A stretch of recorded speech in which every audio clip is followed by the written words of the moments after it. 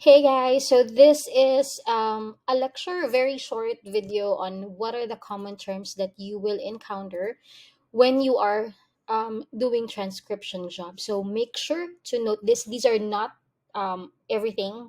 Like I said, these are just the common. Okay. So number one is a machine transcript. When we say a machine transcript, let's just read this. Okay.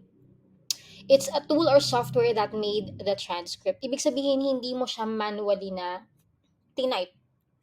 There are software. The good thing about 2022 and, our years now, marami ng software na naimbento para maging madali to make your lives easier as a transcriptionist. So when we say machine transcript, machine or software transcript, okay, ibig sabihin, later on I will show you this so it will make total sense. You will upload the audio or the video file into that software, and the software will do the transcript for you. How easy is your life, right?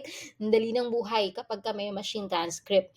But because it's a machine transcript or a software or a tool na nag-transcribe para sa'yo, make sure to proofread and check for errors because this is not 100% accurate. So, ginamit ko tong mga machine transcript na to, and I have proven that there are errors. Okay? Kasi ano lang sila eh, tool lang sila. So, halimbawa, yung mga magkakatunog, halimbawa, I want you to know. So, yung spelling ng I want you to know there should be K-N-O-W, di ba? I want you to know. I don't know, ganyan. Pero, nung nilagay ko siya sa transcript, ang no na tinype niya is N-O. Do you get my point? So you have to make sure that you proofread first. You do not submit a transcription from a software without you checking 2 to 3 times. It's a no-no. Okay, don't forget this.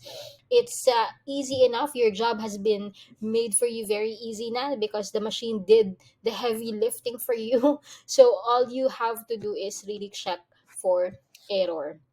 Okay, so don't be so tamad in doing this, all right? All right, number two, not all files can be used in a software. It has to be a very clear audio or video, okay? Kapag malabo yung file and you can barely hear it yourself, chances are the machine will not be able to understand that as well. When I say machine, it's a software. I'm talking about a software. Okay, it's just the term commonly used, machine transcript. Okay? So, pakinggan mo muna. So, the first thing that you have to do, of course, is kapag nakuha mo yung file na binigay sa'yo ni client, what's the first thing that you need to do? You check the audio file. You check the video file. Listen to it. Like maybe a couple of, I don't know, minutes. If you can't hear it yourself, don't put that in the machine. Okay? Or do we agree on that? You have to do it manually.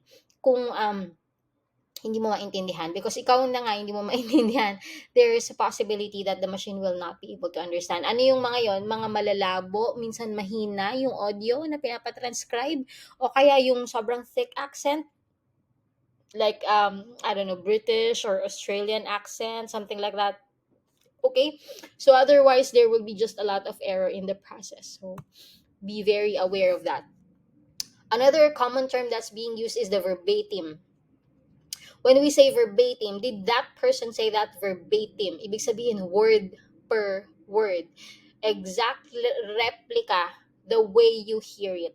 Okay? So if the speaker says, well, yung mga ganyan, these are the common fillers. Ang tawag dun sa well, ganyan, fillers ang tawag dun. Any fillers, anything at all, lahat ng maririnig mo pag tumawa siya, pag umubo siya, di ba? Ganyan, pag nag-clear throat siya, you have to type it. Verbatim.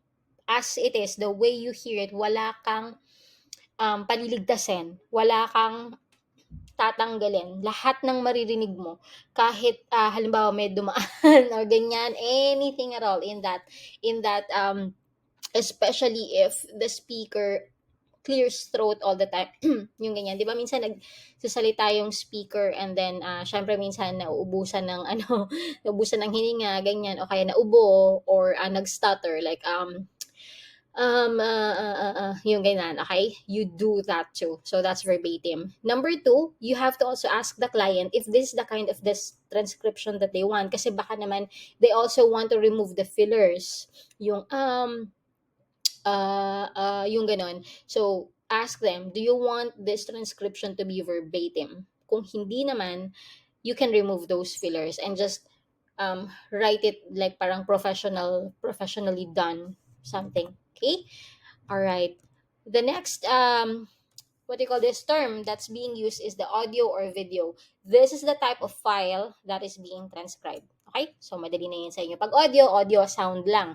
Pag video, may kasamang something that you can see. All right? May movement, may tao na nakikita. Okay. I'm just really being very very simple in explaining this because not everyone is on the same level of, being techie. So, I hope that you guys understand. All right, next is the timestamp. When we say the timestamp, it indicates the exact time in an audio or video. For this example that I choose, this is a Cocomelon video in YouTube. So there is one video that has 30 minutes. Sana? That has 30, may error kasi. So, adjust ko yung spelling ng video sana. Ayan, so it indicates the exact time in an audio or video. For this example, it has 36 minutes and 28 seconds. Okay? So the timestamp that you see here is 2:53. Later on, this will make sense when we do transcription, when we do some practices, and I show you examples. So, once again, a timestamp is the exact time. Ano yung time, eksaktong minuto na nasabi yung ganitong klase ng audio o saan siya nag-pause, ganyan. Okay, that's the timestamp. So, once again, it has 36 minutes and 28 seconds. The timestamp that I had and that I took on this screenshot is exactly 2 minutes and 53 seconds. Okay? May, importante kasi yung timestamp when you do transcription na kailangan silang i-include. Alright? The speaker is the voice that you are hearing on that specific audio or video. Minutes included, this means the length of the audio file. So if the file is 5 minutes, minutes included will be 5. Okay, yun lang. That's all it is. If the audio file is 10 minutes included, ang term ng minutes included would be 10. Do you get it? Okay, so that is that simple. All right, so I'll see you on the next video.